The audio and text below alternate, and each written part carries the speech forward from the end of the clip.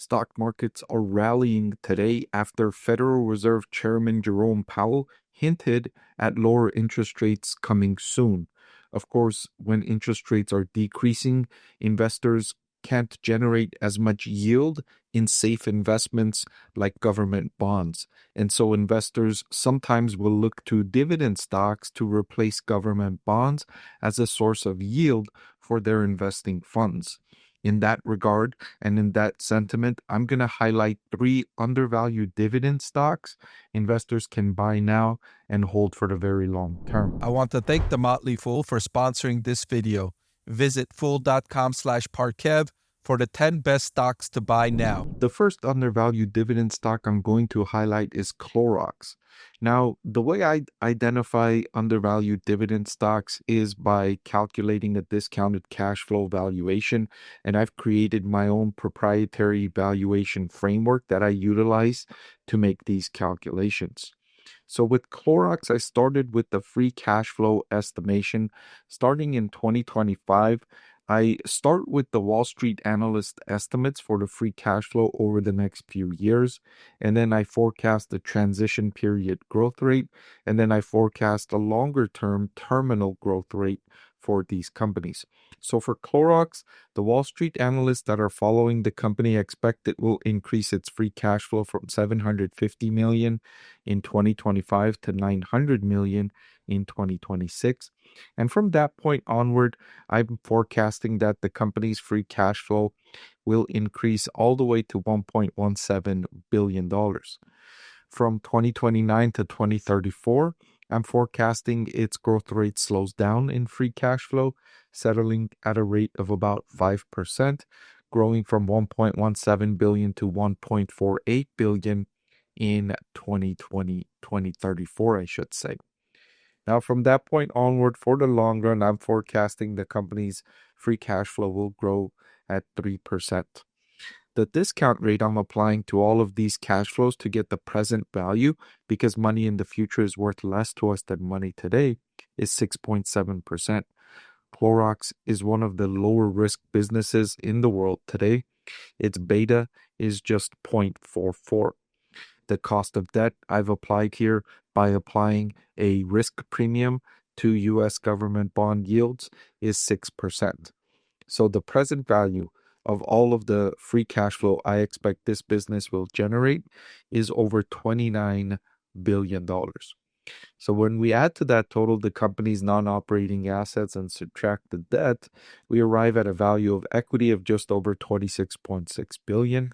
And then we divide by the number of shares outstanding at 124 million. And we arrive at the intrinsic value per share of $213 for Clorox stock. That compares favorably to the current market price of just $121. So in this way, I calculated Clorox as an undervalued dividend stock that investors can buy today and hold for the long term. The next stock I'm going to highlight as an undervalued dividend stock is Visa. And I made a similar calculation for Visa stock. I'm forecasting that Visa's free cash flow will rise from $22.8 billion in 2025 all the way up to $58 billion in 2035. The present value of all of the free cash flow I expect Visa will generate between today and the very, very long run is just a smidgen under $690 billion. Visa is a cash flow generating machine. Visa operates on profit margins, operating profit margins close to 65%. It's one of the most profitable companies of all of the companies I follow, and I follow close to 300 companies. The weighted average cost of capital for Visa is 9.5%. It's a little more risky than Clorox, but not that much more risky. In fact, it's less risky than the average stock in the S&P 500 with a beta of 0.94. Any stock with a beta of less than 1 is less risky than the S&P 500 index. A beta of 1 equals the riskiness of the S&P 500 index. So anything above 1 is more risky, anything below 1 is less risky. And this measures the stock price movements as it relates to the stock price movements of the S&P 500 index. So the present value of all of the free cash flow we already discussed at a little under 690 billion. We add the company's non-operating assets and subtract the debt, and we arrive at a value of equity of 681 billion. Divide by the number of shares outstanding, and we arrive at an intrinsic value per share of $401, and that compares favorably to the company's current market price of $349. And in that way, I calculated Visa as an undervalued dividend stock investors can buy now and hold for the very long term. Last but not least, Lockheed Martin is another undervalued dividend stock I wanted to talk about here. The present value of all of the free cash flow I expect Lockheed Martin will generate between today and the very, very long run is just a little under $190 billion. The company is expected to generate free cash flow of $6.5 billion in 2025, rising all the way up to $11 billion by 2035. This growth rate in free cash flow for Lockheed Martin is not very exciting, but the company generates consistent cash flow and it has a backlog of orders of several billion dollars, and its military equipment like the F-35 fighter jet is one of the most valuable assets for the United States military and the allies of the United States. In fact, the management team highlighted its role in the most recent operation where the United States military bombed the nuclear facilities of Iran. The products, the F-35 and Lockheed Martin's planes paved the way for air superiority for the bombers to get through and launch those weapons.